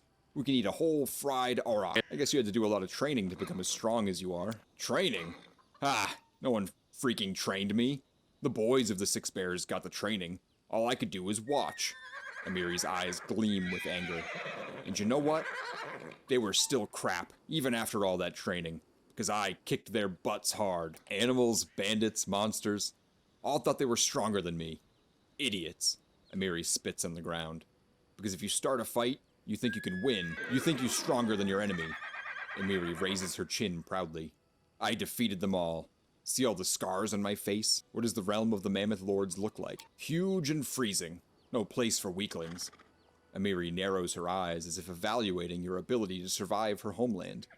Tribes hunt aurochs herds to survive. Aurochs are fast, so tribe follows herd for days, just to not die of hunger. If you are weak, you stay behind and die in the snow. Tribe cannot stop. Also, there are giants and mammoths. Sometimes demons come too. Ah, and the mastodons. And the saber-toothed tigers. Amiri grins. You would survive, I think. For a few days. Why did you leave your tribe? Amiri flushes. Because they were assholes, all of them. Men were cowards and scoundrels, and women were scared like sheep. Amiri rolls her bloodshot eyes in fury. Men there think no girl can be a fighter, because they are weak. They are afraid a woman can beat them, and females just nod. Go sew hides, cook meat, watch kids. That's what they always say. But I'm a warrior, damn it. I won't cook hides and watch meat. Amiri is already shouting, her fists clenched tightly. I told them so.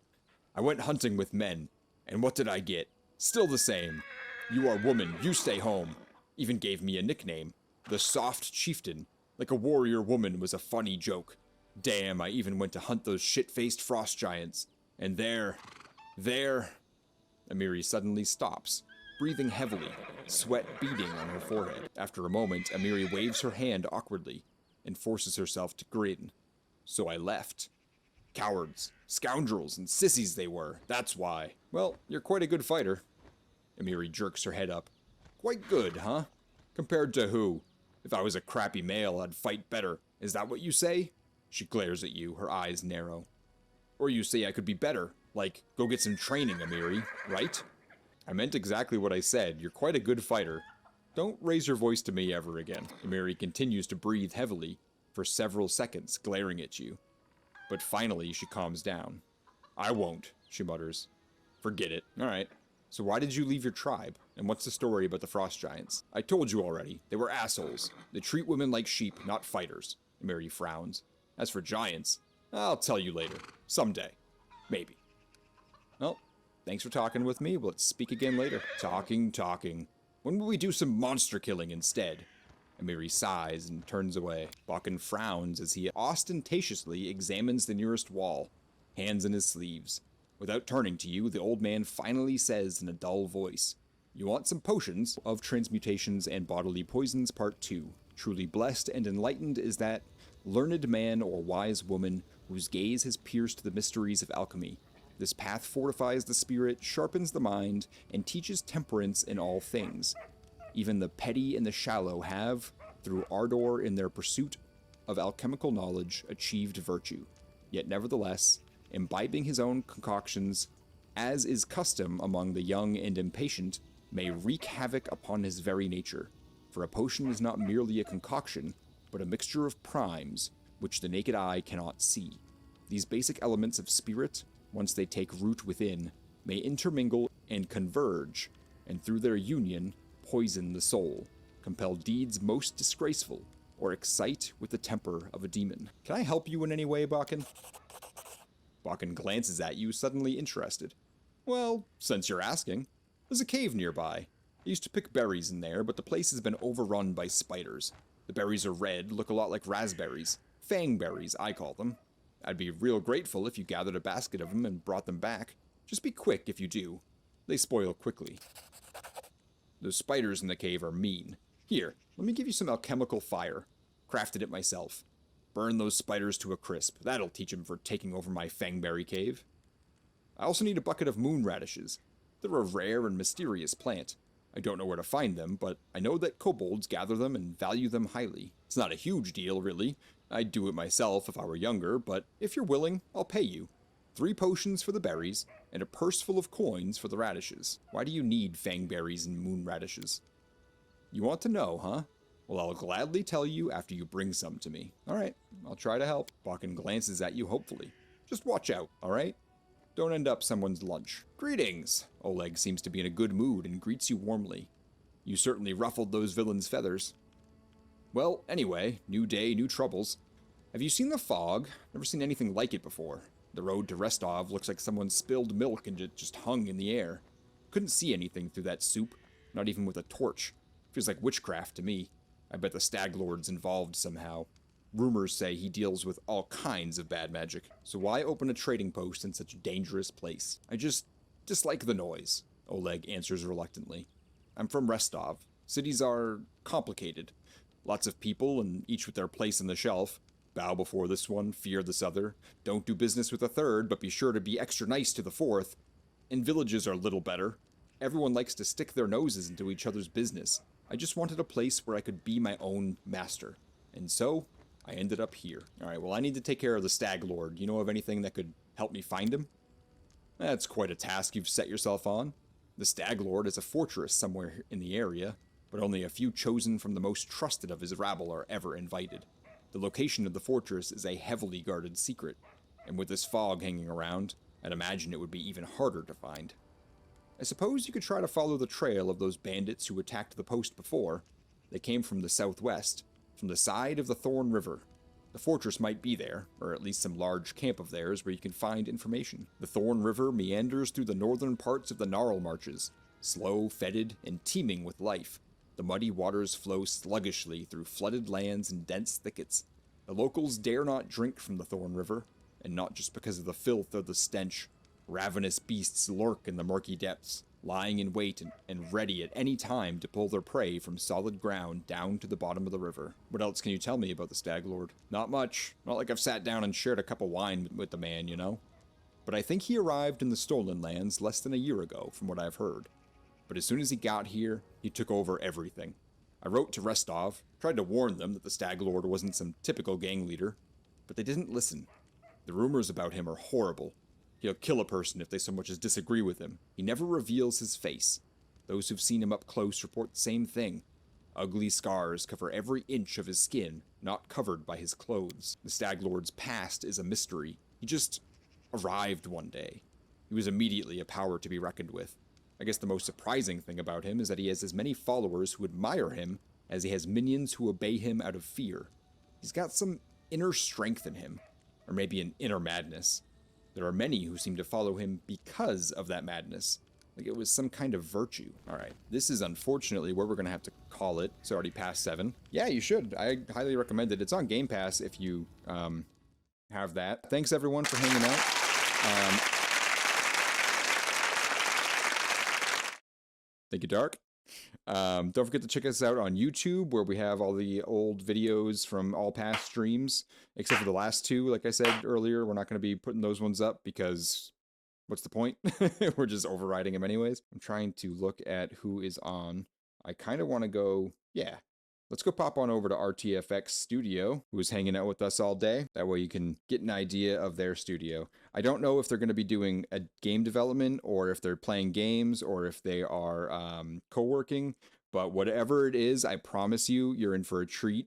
Wonderful, wonderful human being, wonderful streamer, likes to play Dig Dug from time to time, which is always great to watch. So I'm going to go ahead and get that started. All right, my friends, if you guys could copy and paste that message when we jump into the next chat, that would be super appreciated, but don't feel obligated to do so. And I will catch you all next time. You enjoy the rest of your evening, the rest of your weekend. Thank you for everything as always.